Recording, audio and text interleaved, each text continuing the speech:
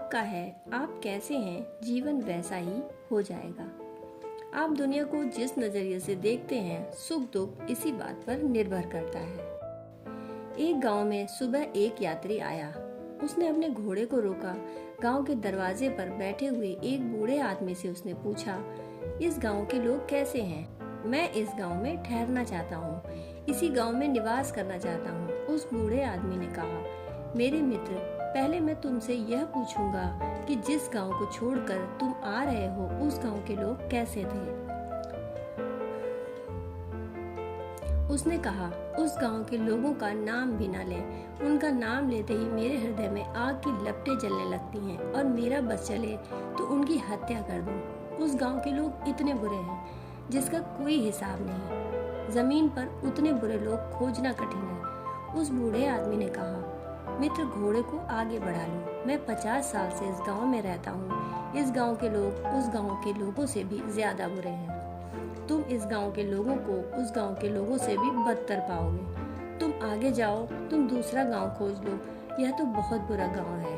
वह आदमी गया भी नहीं था कि एक बैलगाड़ी आकर रुकी और एक आदमी अपने परिवार को लेकर उसमें आया और उस यात्री ने इस बूढ़े आदमी से भी यही पूछा, मैं इस गांव में रहना चाहता हूँ, इस गांव के लोग कैसे हैं?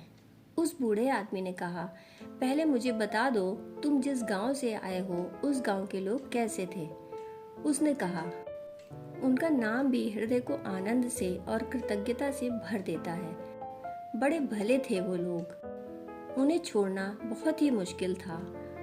आंसू से अभी तक मेरी आंखें गीली हैं, लेकिन मजबूरी थी कि छोड़कर आना पड़ा।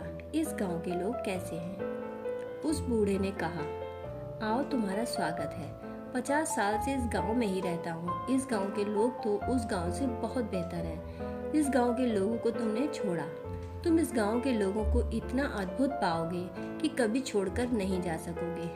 आ जाओ, गांव तुम्हारा स्वागत करता है। सवाल हमारा है, गांव का नहीं। हम कैसे हैं, गांव वैसा ही हो जाएगा। सवाल हमारी दृष्टि का है। हमारी दृष्टि क्या है जीवन को देखने की? हम जीवन को कैसे लेते हैं? आनंद से लेते हैं या दुख से?